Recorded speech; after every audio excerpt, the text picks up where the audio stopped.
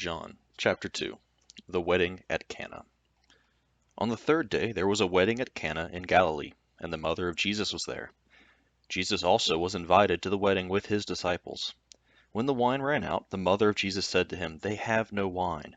And Jesus said to her, "Woman, what does this have to do with me? My hour has not yet come."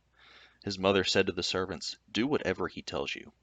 Now there were 6 stone water jars there for the Jewish rites of purification, each holding 20 or 30 gallons. Jesus said to the servants, "Fill the jars with water," and they filled them up to the brim. And he said to them, "Now draw some out and take it to the master of the feast." So they took it. When the master of the feast tasted the water now become wine, and did not know where it came from, though the servants who had drawn the water knew, the master of the feast called the bridegroom and said to him, "Everyone serves the good wine first, and when people have drunk freely, then the poor wine. But you have kept the good wine until now." This, the first of his signs, Jesus did at Cana in Galilee, and manifested his glory, and his disciples believed in him. After this he went down to Capernaum with his mother and his brothers and his disciples, and stayed there for a few days. Jesus cleanses the temple. The Passover of the Jews was at hand, and Jesus went up to Jerusalem. In the temple he found those who were selling oxen and sheep and pigeons, and the money changers sitting there. And making a whip of cords, he drove them all out of the temple with the sheep and oxen. And he poured out the coins of the money changers and overturned their tables.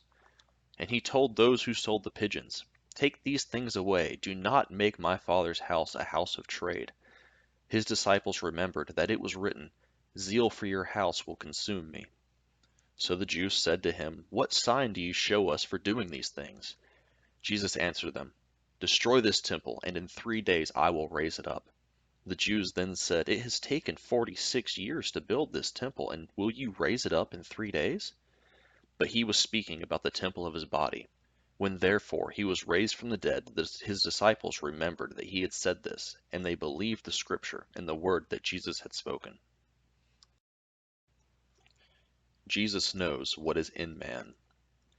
Now when he was in Jerusalem at the Passover feast, many believed in his name when they saw the signs he was doing.